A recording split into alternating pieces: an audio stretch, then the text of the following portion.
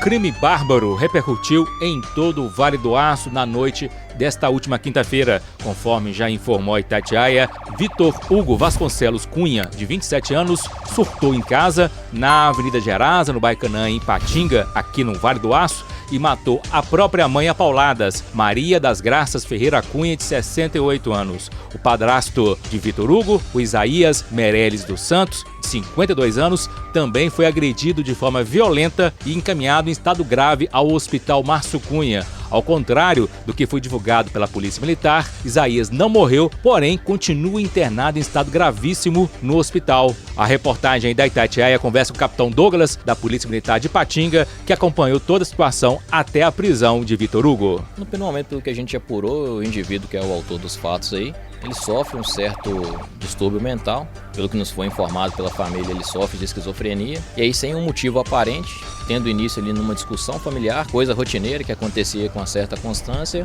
ele veio a se apoderar ali de um bastão de madeira, usado ali como cabo de ferramentas, e desferiu vários golpes ali na mãe, vindo a óbito no local, e também desferindo alguns golpes no padrasto. Foi socorrido ainda com vida. O padrasto, inclusive, parece que estava no banheiro, tomando banho. Sim. Quando começou a confusão, ele estava no banheiro, pelo que a gente conseguiu apurar lá. Tinha pouco tempo que ele tinha saído do banheiro, ele estava até em um outro ambiente, um outro cômodo da casa, mas também foi vitimado aí. Capitão, e esse cidadão realmente tem problemas mentais? Foi constatado isso? Olha, eu não posso afirmar agora de fato, mas isso é o que nos foi informado pela família e pelas pessoas que o conhecem ali na região. Já teve um problema dias atrás, meses atrás, que parece que ele queria tirar fogo na casa, soltou um gás do botijão da cozinha. Ele tem alguns registros, algumas passagens aí, inclusive de autoextermínio, tentativa, né, de autoextermínio. Então, acho que no ano de 2022 ele tentou um autoextermínio aí, abrindo um botijão de gás na casa dele, mas a situação foi controlada no dia e seguiu normalmente. E ele, no momento da prisão, ele reagiu, né, tentou, ou pelo menos esboçou uma reação, falando que queria ser preso, mas que não sei o quê. Tá bastante alterado, né, pelo que a gente observa. Ele tem a percepção do que aconteceu, ele tem a consciência do que ele fez, mas no momento da abordagem lá ele ficou um pouco nervoso. A abordagem foi feita rapidamente, até porque também a população estava inconformada com o fato, né, querendo atentar contra a vida dele. Então ele foi preso, retirado do local e conduzido à delegacia. E o pai estava presente, né, que é o ex-marido da vítima, né, inclusive parece que tem o maior respeito pelo pai, né, e não chegou a atacá-lo. Sim, o pai dele também estava no local, foi empurrado, mas não foi agredido. O pai de Vitor Hugo, Paulo Sérgio Vasconcelos, falou com a reportagem da Itatiaia. Ele lembrou que o crime aconteceu no dia que comemorava o seu aniversário. Eu tô com 52 anos hoje, tô fazendo 52 anos hoje. 52 anos hoje. Nesse aniversário, sua situação? No meio do meu aniversário aconteceu isso. O senhor estava aqui, o senhor chegou depois? Como é que foi a história toda? Eu cheguei aqui... Antes do fato? Isso, tava conversando com ele, porque assim é que acontece alguma coisa, que ela falava com ele que ia abandonar ele, que ia deixar sozinho, que ele ia arrumar um barraco pra ele, aí ele me chamava. Aí eu já venho por quê? Eu já venho porque eu já sei que ele vai começar a ficar nervoso. Isso. Aí eu venho. Aí quando eu cheguei aqui, ela tinha chegado. Aí os dois começou a discutir a respeito de cachorro, de casa. Eu, inclusive, a filha dela, que eu dei um grande respeito nos Estados Unidos, sempre ajudou eles, ajudou meu filho, agradeço de gratidão. E lá ia comprar uma casa para ele aqui em cima, para ele viver sozinho, mas os cachorros dele, sozinho entre aspas, nós ia lá olhar e tudo, ia ficar tomando conta de lá. Mas é que os dois não estavam dando certo mais, né? Um discutia, outro discutia, aí dava esse problema. Sempre os dois discutiam por causa do negócio, que ela chegou do bar, né? Ela gosta de tomar uma cervejinha, é direito dela, né? Cada um tem seu livre-arbítrio. E eu sempre falava com ele, meu filho, a sua mãe pode fazer o que for, mãe é mãe, a gente tem que honrar a mãe, meu filho. E eu sempre falando isso com ele, direto, dando conselho, fazendo tratamento, mas infelizmente hoje não teve jeito. Você chegou, você saiu, depois retornou quando tinha acontecido o fato? Não, eu cheguei, assim, eu cheguei, eu tentei a defender, mas quando eu vi, eu estava sentado na cadeira, né, conversando. Na varanda ali? E na varanda, conversando com ela. A hora que eu vi, ele já deu um negócio por trás nela. Aí eu peguei e voei nele, só como ele é gordo, ele é fortão, ele me empurrou nas plantas ali, ó. Eu caí nas plantas ali. Aí quando eu levantei, fui voar em cima dele, já deu mais pancada, então infelizmente. E o outro marido dela atual, você foi tentar defender? No outro marido dela, o marido dela, ele estava no banheiro, ele saiu por aqui, ela ia saindo aqui para sair. entendeu? Aí felizmente, é porque os dois direto chegavam brigando também aí. Chegava ele e ela, briga de casal, né? Isso é normal, né? Sim. Ainda mais que tomou uma, isso é normal. Brigava os dois, aí eu sempre falava com ele, não entra em assunto de sua mãe não, sua mãe resolve, né? Resolve com o marido dela. Você não pode entrar em assunto de sua mãe. Deixa ela discutir com ele. Deixa uma grija, a outra. Ah, que ela bate na cara dele. Problema, deixa os dois. Eu falei com ele, deixa os dois. Sua mãe, você tem que honrar ela. Sempre falei isso. Sempre falei isso. Muita gente fala até besteira também, a gente fala. A gente fica nervoso e altera também, né? É justamente. Né? Mas infelizmente, eu tentei, tem vários anos que eu tô tentando, tem muita gente, prova que eu venho a pé, eu socorro. Já morei com ele lá aqui no bairro industrial. Morei com ele 1 ano e 3 meses, tomando conta dele. E mesmo assim era difícil em casa ele? Ou estava medicado ou estava fora da medicado? Não era que eu medicava direitinho. Só que aí eu ia pra lá, pra casa dele, dormia na casa dele, minha mulher dormia aqui sozinha, de dia eu vinha pra trabalhar. Aí à noite eu voltava, fiquei assim 1 ano e 3 meses.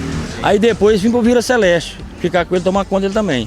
Aí a mãe dele queria pegar ele pra tomar conta, né, porque o surto dele começou a falar que eu tava roubando dele, é o surto, né? Ah, o pai tá roubando meu salário, mas não é. Tem o quê? Esquizofrenia? Isso, esquizofrenia. Aí eu peguei e falei assim, não é bem assim não, eu falei com ela, ela pegou e trouxe ele pra cá. Aí mesmo assim eu propus e vim pra olhar, pra cuidar.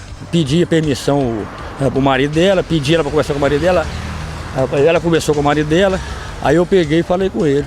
Ó, pai, eu posso estar tomando conta aqui, dando remédio menino, levando ele pra consultar?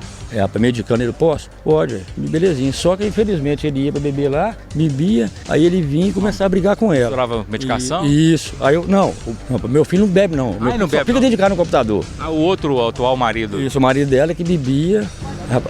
Pra minha filha, todo mundo é testemunha, eu vim aqui por quê? Pra mim ficar com ele, que ele não pode ficar sozinho à noite. Aí eu vinha pra ficar com meu filho, me assistindo no computador com ele lá, assim, rapaz, medicava ele, aí ficava com ele pra ele sair. Pro marido dela e ela sair, ir lá pro boteco tomar uma cervejinha, porque, né? Dá um descanso pra ela também, né, Isso, um descanso também. Aí eu propus fazer isso. Aí só que vinha, quando eu voltava, ia pra lá, e isso começava tudo de novo. Aí eu não podia ficar lá, olhando minha mulher, olhando minha casa, aí vindo aqui. Você tem mais filho além dele? Eu tenho ele e uma menina. Com a outra esposa? Não, com ela mesmo. E só tem 2. Eles moram aqui, a outra mora aqui? Mora aqui no Jardim Vitória, minha filha. Sérgio, para fechar aqui, é uma situação complicada. O senhor viu então a situação toda, né, rapaz? Poxa. Rapaz, infelizmente, eu fiz de tudo e de um tudo. Andei a pé, tomei conta, dei conselho para todo mundo, mas infelizmente... Vitor Hugo, antes de ser levado para o Ceresp de Ipatinga, falou com a reportagem aí da Itatiaia. Ele alegou qual seria a motivação por ter matado a própria mãe. Eu não sou bandido, não sou. Eu não sou bandido. Eu sou doente psicológico. A minha mãe ficava regulando comida pra mim, chorando comida. Tinha dia que eu vomitava a comida toda no vaso, meu pai é prova disso. E ela ficava falando que os polícia tudo aqui, ó, os polícia tudo de Ipatinga tava do lado dela pra fazer maldade comigo ou me prender. E agora eles conseguiu, que eu perdi a cabeça. Eu não sei direito explicar, não. O vizinho desgramado lá que reclamou lá com a imobiliária lá dos cachorros, com a de carrapato e de bosta. E aí a minha mãe ficou me mandando eu ir embora e me ameaçando falando que os polícia tá tudo do lado dela. Eu vim foi me entregar mesmo, eu quero que se foda, eu tô pronto pra tudo agora, até pra morrer e ir pro inferno. Eu sou doente, tem laudo médico que eu sou doente. O que você tem? Doença no laudo? Esquizofrenia. Alta? Agora me fala uma coisa, e como é que você pretende agora, Vitor, enfrentar essa situação? Você tirou a vida de sua mãe, o seu padrasto também está no hospital e você veio preso. Então e agora? Como é que você pretende administrar isso na sua vida? Eu não tenho culpa de nada, que eu nunca fiz nada com a minha mãe. Eu nunca levantei a mão pra minha mãe, nunca bati na minha mãe. E a minha mãe ia na delegacia falar que eu ficava batendo nela e ameaçando ela. Ela falou ali, ela subiu lá no Cananzinho, lá na casa do traficante, que eu não vou falar o nome, e falou com ele, lá no Cananzinho. E falou com ele que eu amarrava ela e meu pai e deixava os dois de refém, só. Aí por que você bateu o seu padrasto? Ele falou alguma coisa com você? É ele que ficou armando pra minha mãe me abandonar eu. Ele estava com pau dentro do quarto desse, o pau que foi do crime que aconteceu lá. Tava dentro do quarto deles lá, ó, pra me matar eu dormindo. Eu nunca cheguei perto do quarto desse. Correto, atingi os dois. Quando que você viu que caiu a ficha que você tinha feito? Quando que você viu? Fiz essa besteira. Na hora que eu tava deitado no meio do mato, eu vi os polícia passando perto da casa do meu pai. O delegado de homicídios de Patinga, Marcelo Franco Marino, explicou como ficou a situação do conduzido e quais são os próximos passos da Polícia Civil para apurar toda a situação. Pois é, mais um crime bárbaro na cidade de Patinga, homicídio consumado em que o autor mata a própria mãe. A paulada está aí o instrumento do crime, né? Todo ensanguentado, né? Nessa situação que vocês estão vendo. E o homicídio tentado em relação ao padrasto dele, que está em estado gravíssimo na UTI. Né? Rezemos para que consiga sobreviver e se recuperar. O que acontece? Você tem uma pessoa com um registro na polícia como usuário de drogas, já teve passagem aqui como usuário de drogas, portanto, né? Ele tem esse vício. E também uma informação aí que nós estamos querendo documentar a informação, né? Porque a gente não trabalha só com o que se fala, né? A polícia tem que documentar tudo que ela faz e tudo que ela estabelece no curso do inquérito. A informação de que ele seria uma pessoa interditada por esquizofrenia, por doença mental.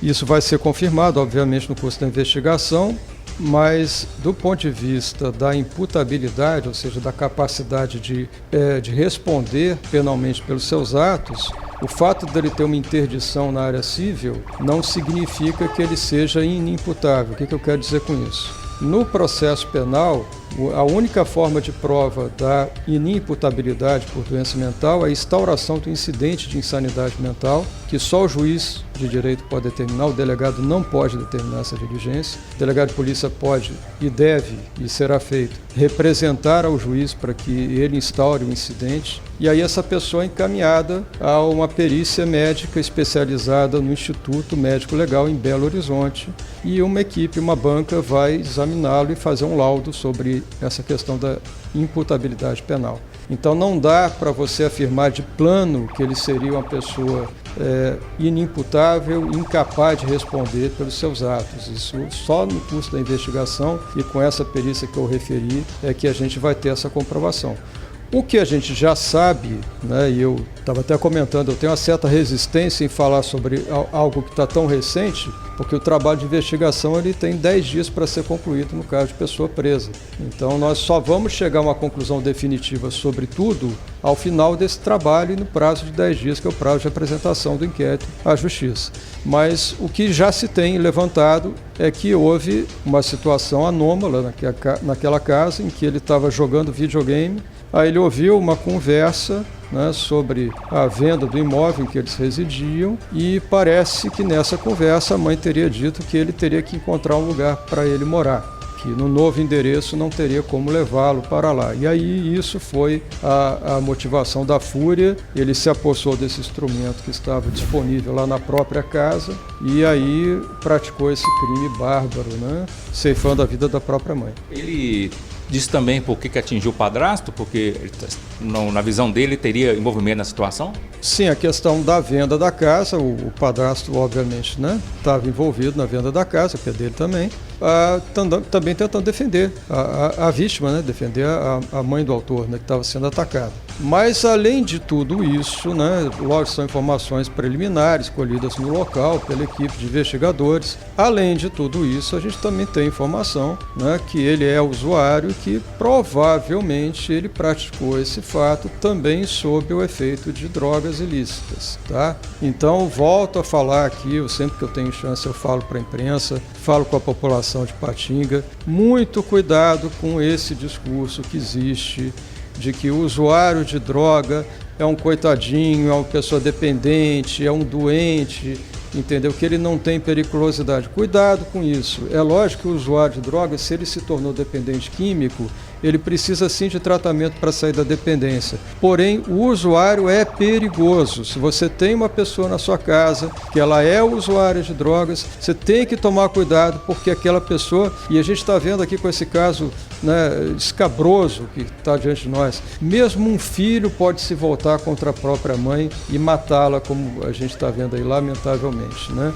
Então é um alerta. Acho que o Brasil precisa de uma política de prevenção ao uso de drogas, de educação nas escolas. Nós não temos isso no país, embora a lei determine, e nós não temos isso em Ipatinga e precisamos ter, tá? Porque Ipatinga está sendo, infelizmente, palco de um consumo crescente de drogas, entendeu? E nós, da Delegacia de Homicídios, na Delegacia de Tóxicos também, que eu também trabalho nessa área, nós temos acompanhado os efeitos nocivos disso perante a sociedade. A sociedade está se tornando tolerante com essa prática do uso e consumo de drogas, inclusive em via pública. As pessoas já estão, digamos assim, se conformando com isso, achando que isso é normal, e não é normal. Essa prática é crime ainda no Brasil.